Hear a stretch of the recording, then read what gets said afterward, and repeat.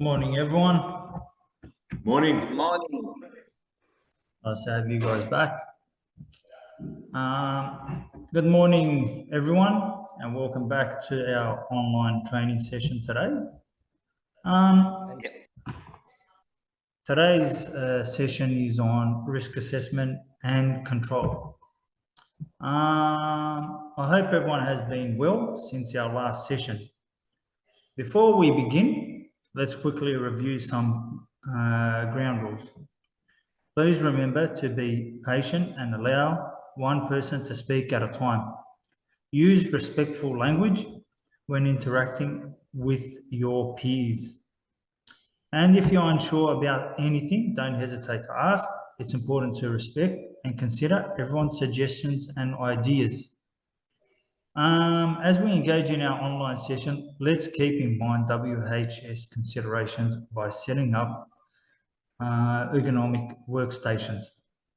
This might involve using a comfortable chair, adjusting your desk to the right height, and ensuring adequate lighting to reduce eye strain. Since we are conducting this training via Zoom in a live synchronized session, please inform me immediately if you encounter any technical difficulties so I can address them promptly.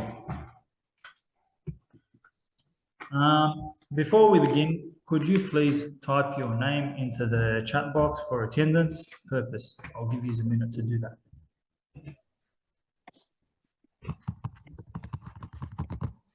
Okay, done. Very good. I've seen you guys have done that. Thank you very much. As I already authenticated your IDs in the last session, I won't need to do that again today. I want to remind everyone that our session today will last for 30 minutes. I encourage you to actively participate and ask questions during this time. Let's do a quick recap of our previous session. In our last session, we discussed legal obligation, such as WHS Act and regulations, benefits of safe workplace, how to identify hazards and learn about different types of hazards. Did you all find and watch the videos on the previous session topic and today's topic? Did you guys? Yeah, we watched it. It was pretty good. Very good. I watched some videos as well on YouTube, and it gave me a pretty good idea of the topic. All right. Same as Michelle. Very good. Today we will learn about risk assessment and control. We will learn about identifying, assessing and managing risks within their respective environments. So we will also learn about the hierarchical approach of controlling risks, enabling them to prioritize and implement effective control measures to mitigate workplace hazards.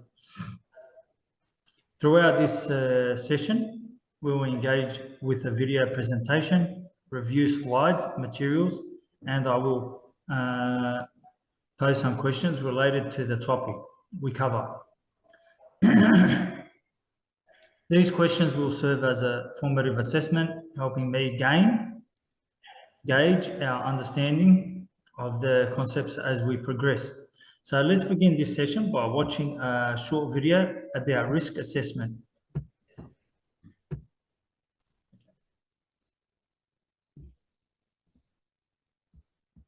Textiles is a family-owned business in our area of our market.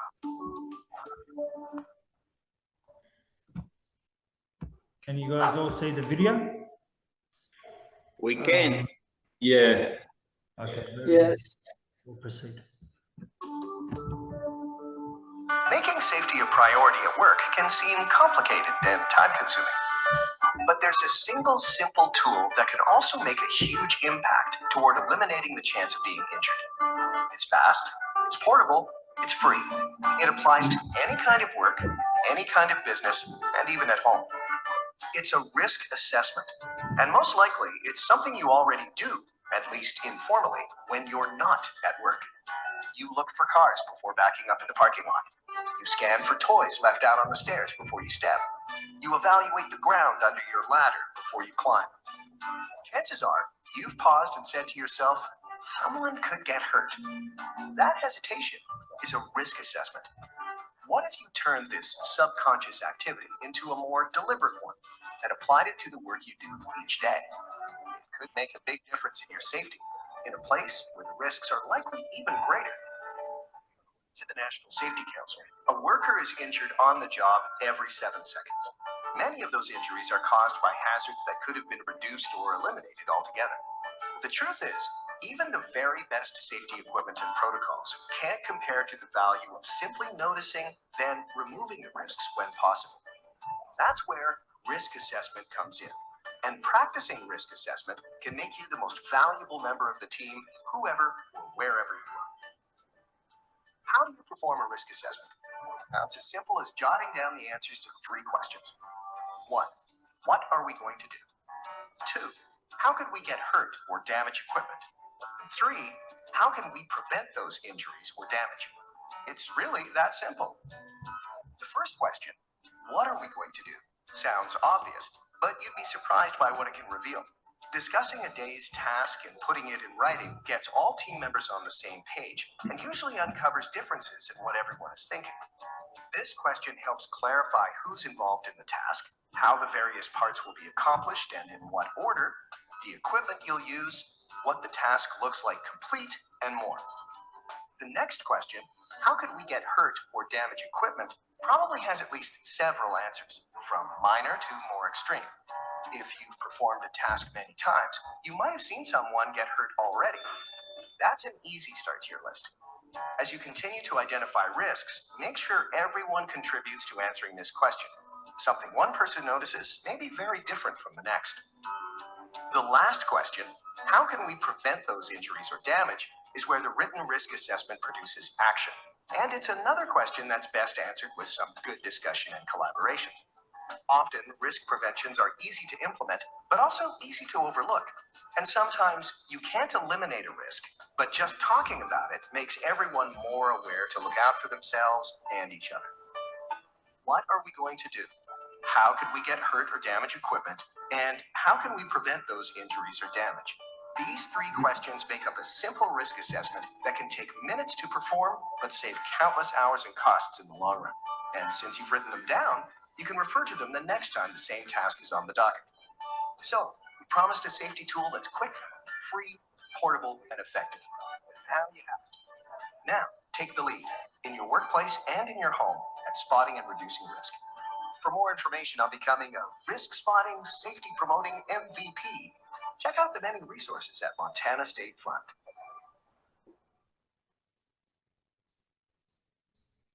Okay, how do you... Discover our most indulgent Tim Tam range ever. What more could you wish for?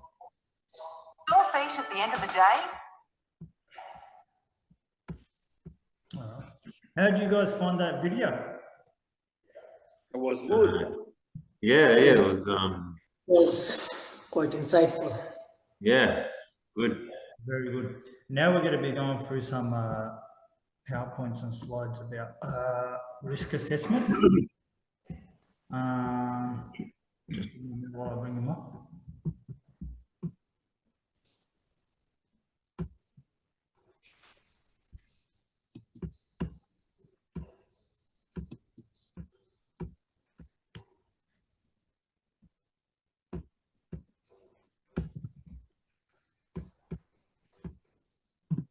Okay. First, we're going to be talking about risk assessment process. Understanding and managing risks is crucial for ensuring safety and success. The risk assessment process involves methodically identifying, analyzing, and evaluating potential hazards to develop effective control measures.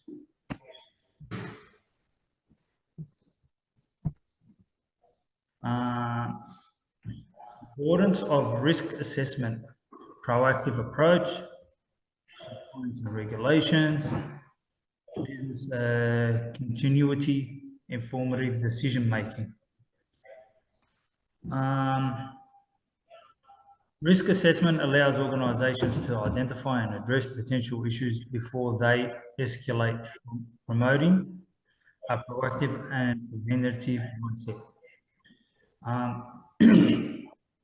Compliance and regulations.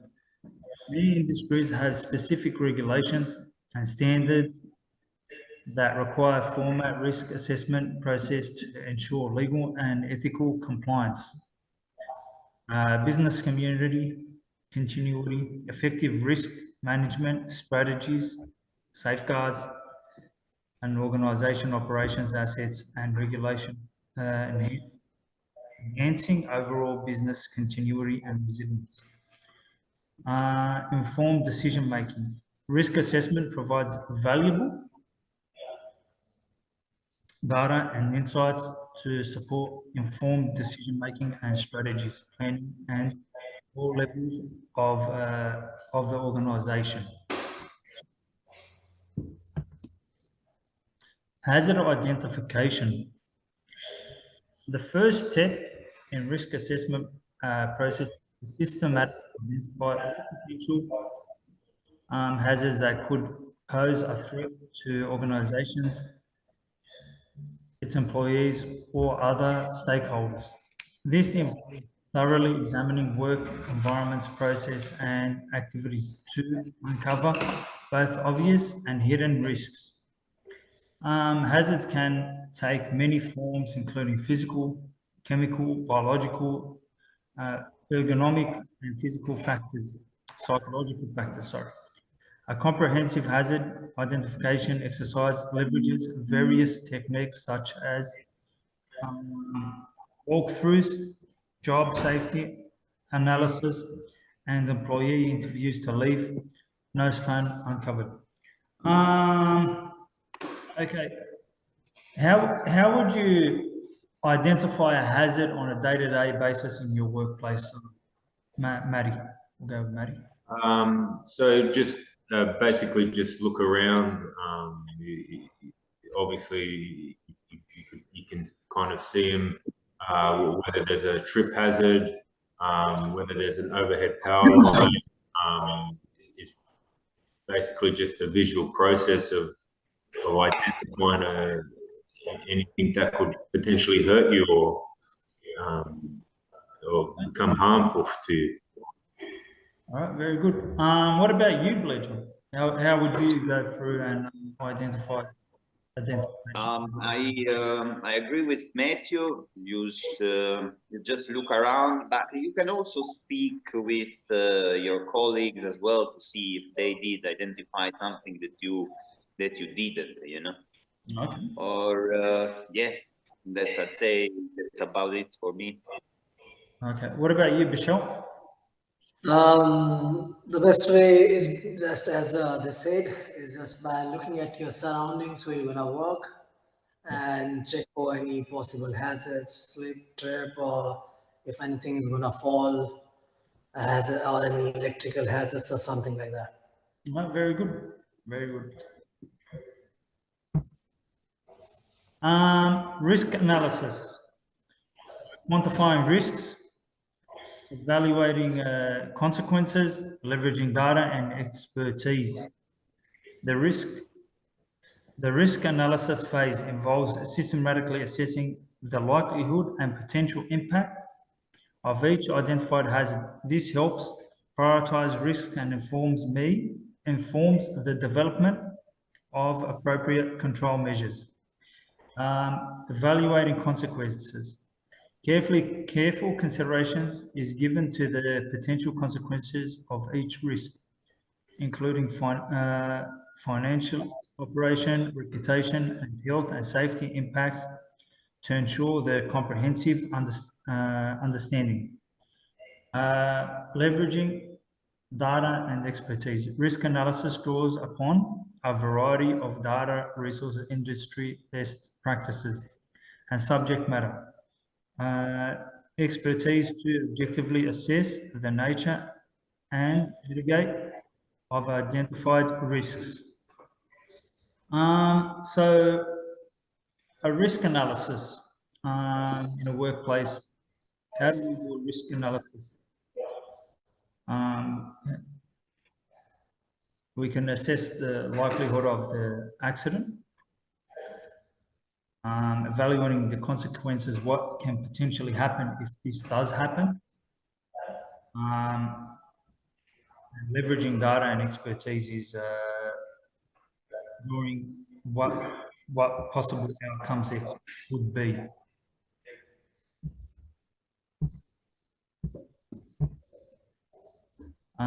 Risk evaluation. Evaluate severity, assess likelihood, prioritize risks. Assess the potential severity of the likelihood. Sorry. Assess the potential severity of the identified risk, considering their impact on people, assets, operations, and the organization's overall well-being. Assess likelihood, determine the probability of the risks occurring based on historical data, industry trends, and existing control measures. Prioritize risks. Prioritize the identified risks based on the combination of their likelihood and potential impact, allowing resources to be allocated effectively.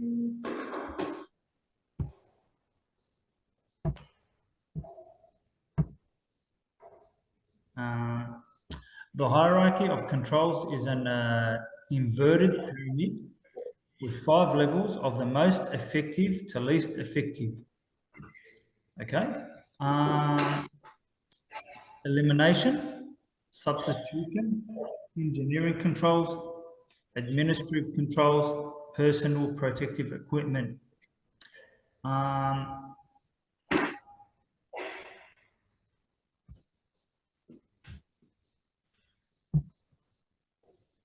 Elimination. The most effective way to manage a risk is to eliminate the hazard entirely, removing the source of the potential harm, involving getting rid of the hazardous process, material, or equipment, rather than trying to control or mitigate the risk.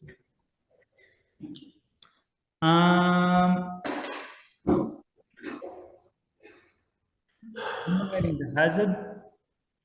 The source is the most reliable and long-lasting risk control method, as it completely removes the threat and prevents it from causing harm.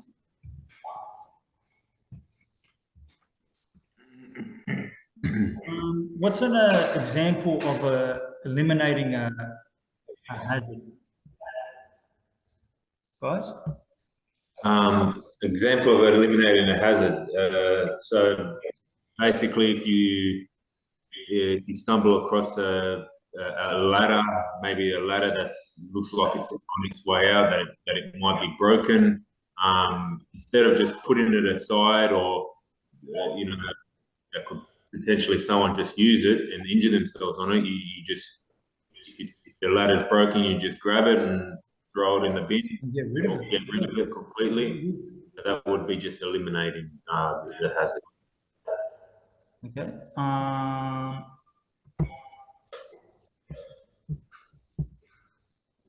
What about engineering controls?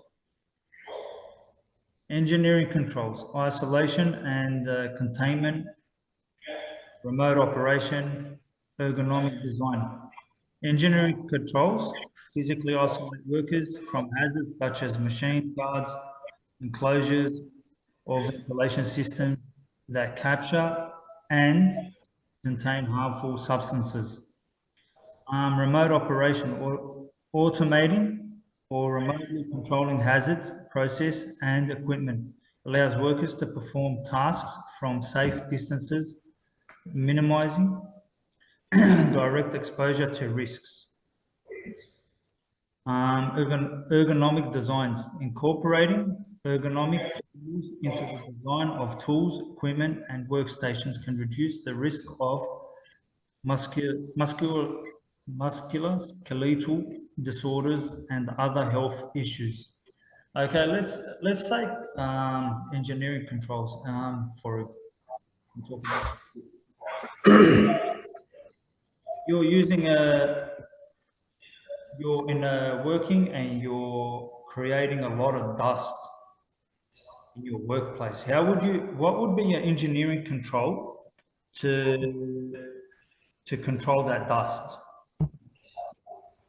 Maybe we could, if we could use water to to reduce Suppress the the dust. Yeah, very say water, or we can use some fans as well to let the dust into a different place.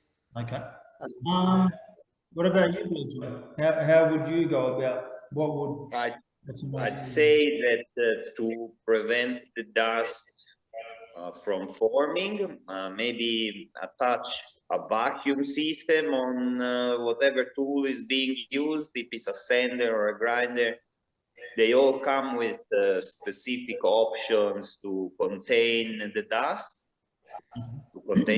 Yeah, yeah, I would say that. Very good. Maddie? Yeah, for pretty much what Blejon and Michelle said. The only other thing you could probably do is create a exclusion zone using barricades and signage to make sure no one's in the area while dust is being put in the air. Really. Very good.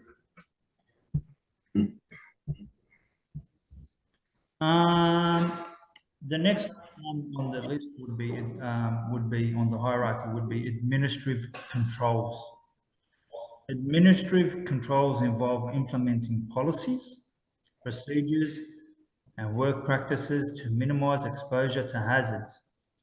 These include training, job rotation, signage, work schedules, and other non-physical interventions. Unlike engineering controls that physically isolate workers, administrative controls rely on modifying human behavior and work process to reduce risk.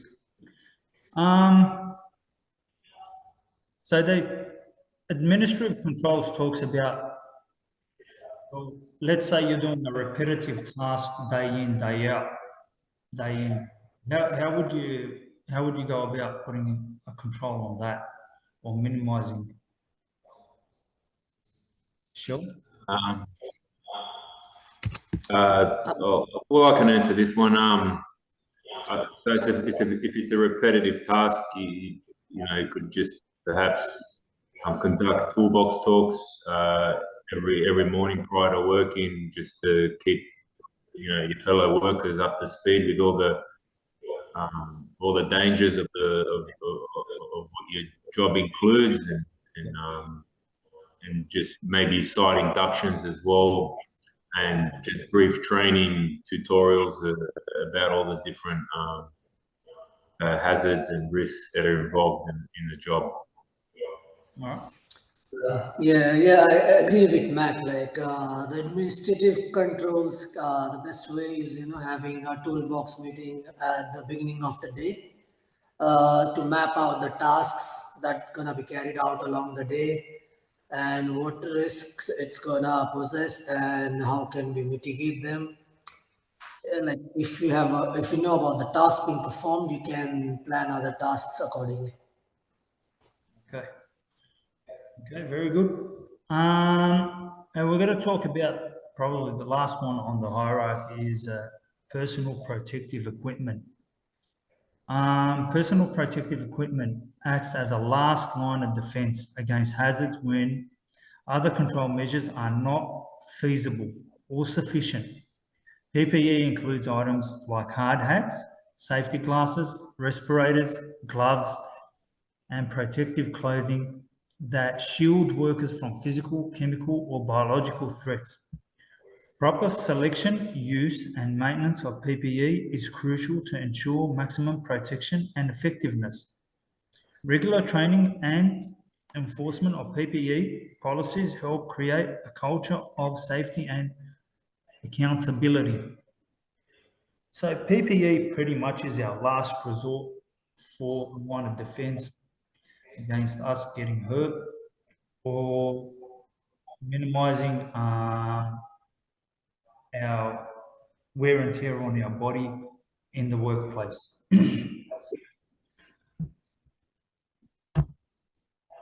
Monitoring and review, continuous evaluation, feedback loops, periodic reviews, continuous improvement. Continuous evaluation, regularly monitoring the effectiveness of implemented controls is crucial. This allows for identification of any changes or emerging risks that require re-evaluation and adjustment of the risk management plan.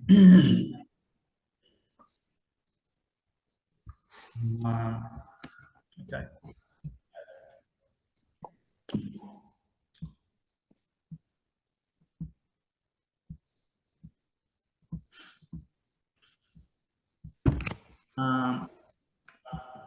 Conclusion, feedback, and summary. With this, we have come to the end of our session. As we wrap up, we learned about risk assessment and its controls. We also gained insights into identifying, assessing, and managing risks within their respective environment and the hierarchy approach. To control risks, enabling them to prioritize and implement effective control measures to mitigate workplace hazards. To further enrich your understanding of the topics discussed, I encourage you to explore related YouTube videos, as they can offer valuable insights into the subject matter. Before we conclude, please check your emails for the handout and the learner's feedback form. Your input is invaluable in shaping future sessions, so please take a moment to fill it out and send it back to me. Thank you for participating and engagement. I look forward to seeing you in our next session. Goodbye and thank you very much. Thank you. Thank you.